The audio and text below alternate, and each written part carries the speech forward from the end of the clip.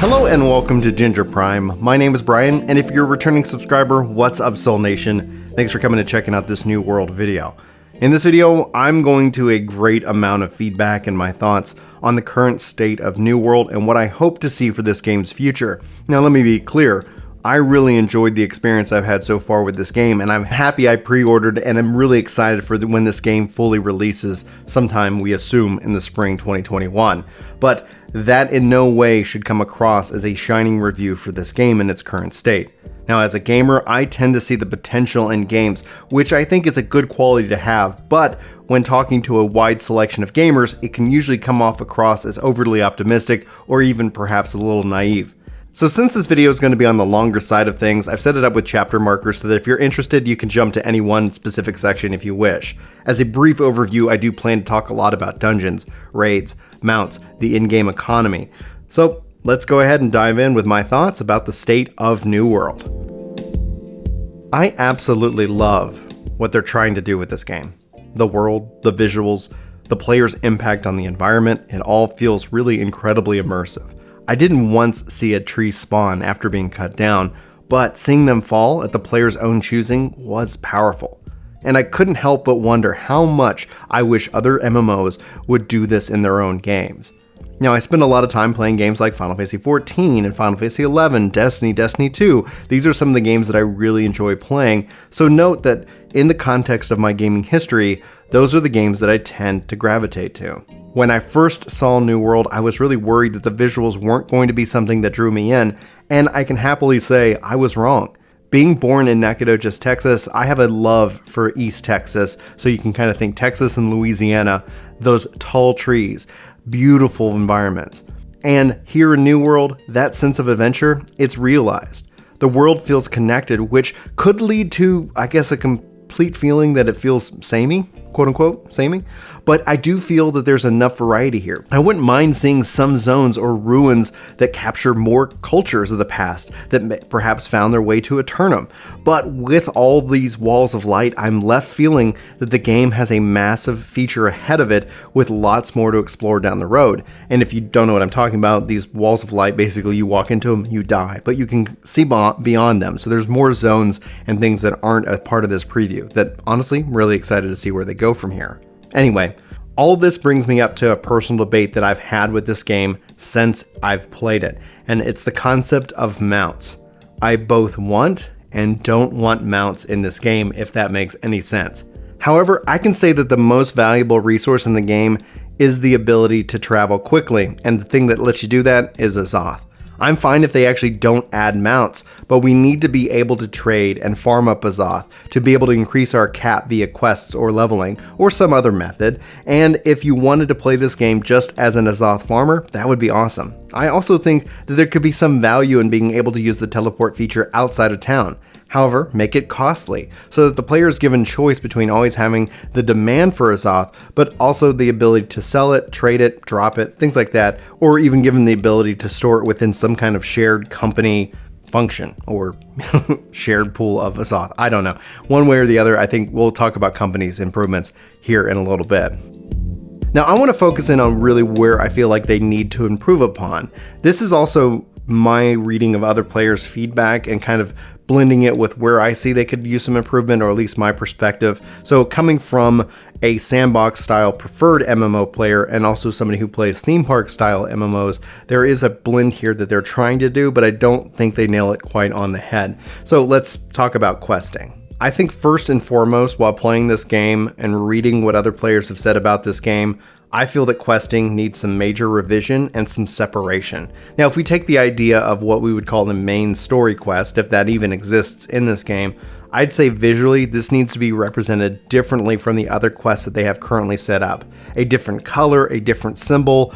I honestly lose track and I end up running side quests, and while I have fun, I end up finding myself looking back and saying, should I be working on something?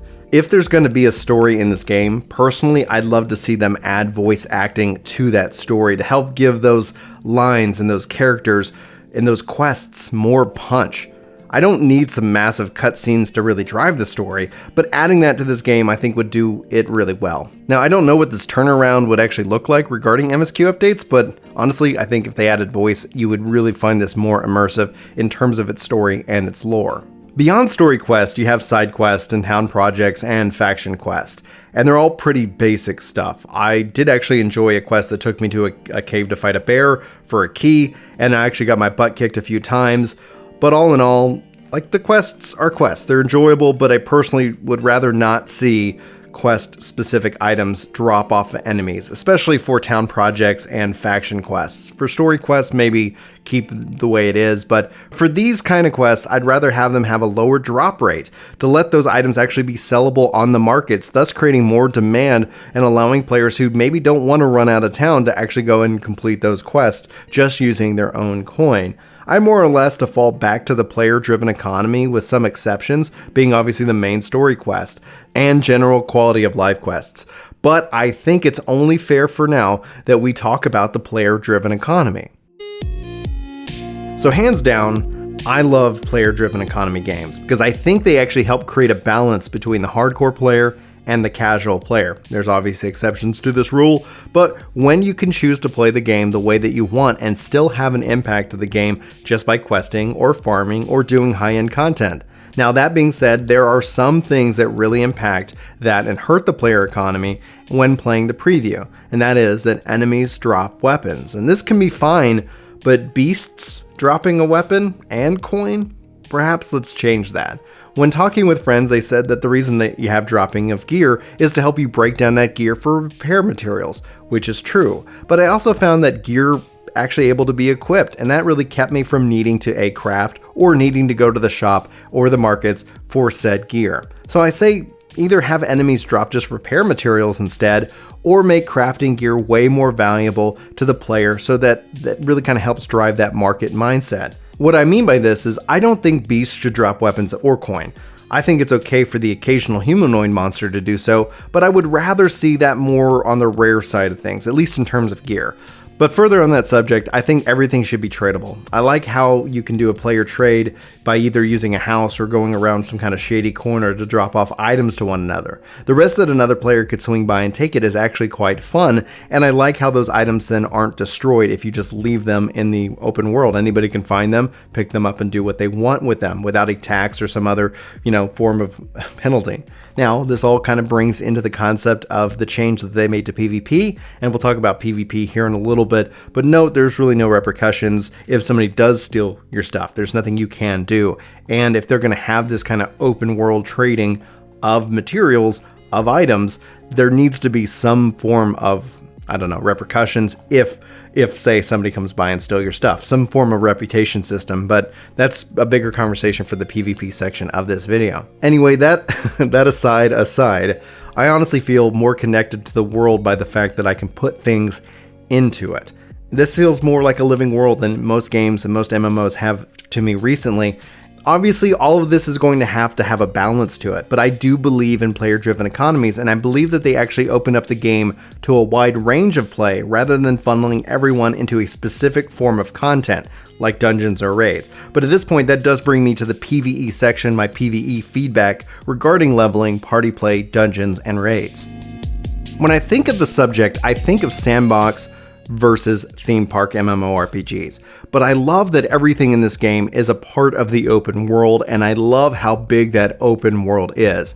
But I do see a need for more quote-unquote curated content for players coming over from, let's say, WoW or Final Fantasy XIV. Now, I don't know if they're going to stick around, so honestly, I don't want New World to try to be a carbon copy of those games, because then it loses what makes it special. But that being said, it's really time that we talk about dungeons and raids and the lack of them in New World. So, for example, let's say they do add in dungeons. I feel it needs to be tied into some kind of form of the control of the zone, like they're currently doing, as a part of the game and its balance. Now, I think that these dungeons have to be open world, but with some sort of maybe entry requirement for those who don't technically control the zone. Maybe some form of tax on the dungeon or its resources or itself. Now, you could go and actually farm these dungeons for these rare materials or have bosses spawned. If they do add this, it really needs to be balanced for those in a party. You should not or do not go alone into this style of content, otherwise you're going to get destroyed. Raids, on the other hand, should be something special and something epic, something that again is a part of the world, but when taken to a whole new level. This could be something that uses the current systems for invasions into account, but where basically it builds up multiple times and then actually opens a portal that players can then enter and honestly see how far they can progress. The core aspect here is that yes, it should be fine to just have maybe these kind of contents, these raids drop gear. However, the vast reason to do this should be more tied to the resources used to actually make that gear. If you make everything, if you make raids or dungeons the premier way to get the best gear in the game, well, that's going to destroy the player economy. If you make them the premier way to get really rare resources, really high quality resources, well, that's going to then drive the player economy and the need for those to be able to craft some of the best weapons in the game itself. Thus the need for us to all rely on each other to survive. Now, I found that I really enjoyed running actually from corruption event to corruption event. Now, I do wish there was more meat to them. I wish that with the invasions, they could have had set maybe the zone back to a neutral state if you lose, basically not controlled by any one faction. But beyond the events itself, I really wanted to see more open world attacks like on different towns and forts. What would really be cool is that I would like to see if it occasionally would do this, taking place and adding more variety to the game and its world. Now lastly, I do want to talk briefly about party play.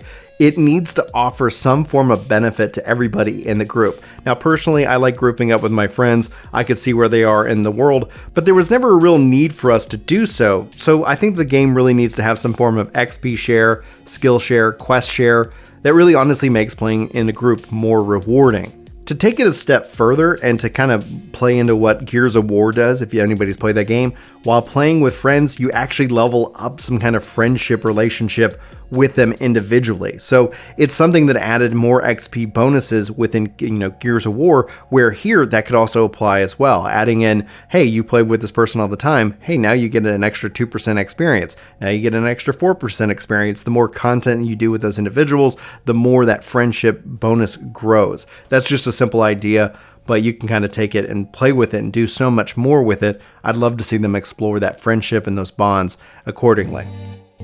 Alright, so now this brings me to probably the most contentious, debated, hot topic piece of this video, and it's PvP. Now, I am an avid PvP player. I love PvP in games, so it should actually probably sound a little shocking. I didn't spend any time PvPing in this game. So my first thought is honestly, I think players need the ability to challenge other players to a duel, or even party versus party. And perhaps they also need a reason to challenge other players.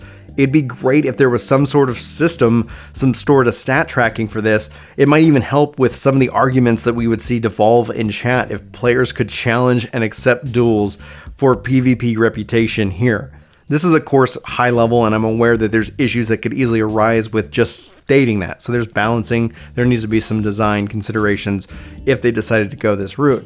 That also being said, I didn't take part in any wars. My schedule didn't allow for it, and I found no reason to turn on the PvP flag. I never felt that it was worth it, and in the end, I fall on the side of that's disappointing.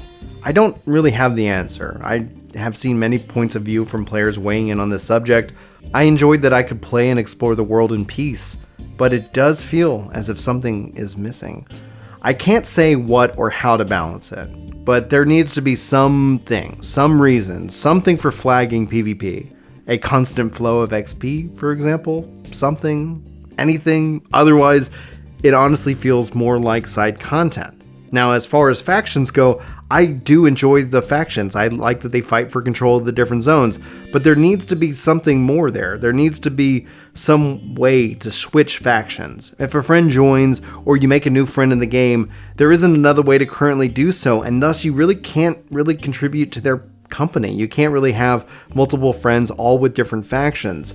And I don't really know how to balance or adjust for this either, but perhaps that there are companies or some form of that kind of system that would serve well to have groups of friends who are mixed and matched, their own chat channel, their own features that really isn't dependent on what faction you're in. However, there's got to be some process in order for you to change factions at some point in the game without having to roll a new character. Alright, and now we move into my bread and butter, controller considerations. I put out a guide on the channel talking about how to set up a controller for New World, and for the most part it really works very well. The only real feedback I have is that they need to offer controller mapping support within the game itself. Plus they need to have the ability to navigate the game's menus and more. Everything you should be able to do with the keyboard and mouse, you should somewhat be able to do with the controller. Basically look at Final Fantasy XIV and Destiny 2 as really good examples of how you can kind of make this work within your system. Now, pressing and holding, for example, left bumper or right bumper, and using that to maybe modify your buttons like 4, 5, 6, and 7, turning that into like the D-pad, up, down, left, and right, that is some example of how you could actually make this work. So if they allow for modifications, button modifications, kind of like an Alt or Control on the controller itself, all of a sudden you open yourself up to way more buttons that you can press and have at your fingertips. Now, this really piggybacks into the weapons and magic system perfectly. And really, here my feedback is mixed. I enjoyed playing with the sword and shield, but using magic in this game needs some major revision. As a controller player, I really did like some of the challenge that it presented, but it really does need some bigger changes in my opinion. Some other schools of magic brought into the game itself. I think that there's a lot of balancing issues that need to be looked at, and I hope that there will be. But at this time, I can only really provide this feedback when using a controller. There needs to be some form of magnetism into casting. There needs to be some natural AoE splash damage to the spells themselves. I'd often find myself missing out on XP having played both a fire mage and a life mage, and I found that life magic needs the most work of all, and perhaps with the ability to set up some form of ground healing wells that would regen life slowly, and also having some tools for burst magic for healing as well. But leveling healing magic, I tell you this, is a pain, and it needs to be retooled. But I'll have to provide more feedback on this with later iterations of the system. In the end, healing people needs to also help count towards experience. That would be one change that would make this overall way more enjoyable, but at its core, I think it needs to be reconsidered, readjusted, rethought. This was a lot of feedback and thoughts, and if you're still here with me, thanks for checking out this video. In the end, I'm really impressed with what New World is doing, and I hope that they knock it out of the park. I think they're setting a new high bar standard for open world MMORPGs, but they don't exist in a bubble, and Ashes of Creation also looks pretty interesting too. In the end, I'm going to be playing this game, and I honestly hope that New World goes the route of opening the game up into some form of early release to allow players to keep playing and providing feedback to help balance the game further. Now, at some point in the future, I hope that happens, but we can only wait and see at this time. With that, I look forward to more news and playtime with this game, and I wish you all the best. For Ginger Prime, my name's Brian. Thank you for watching, listening, being here, and I really hope to see you in my next video. But until then, take care.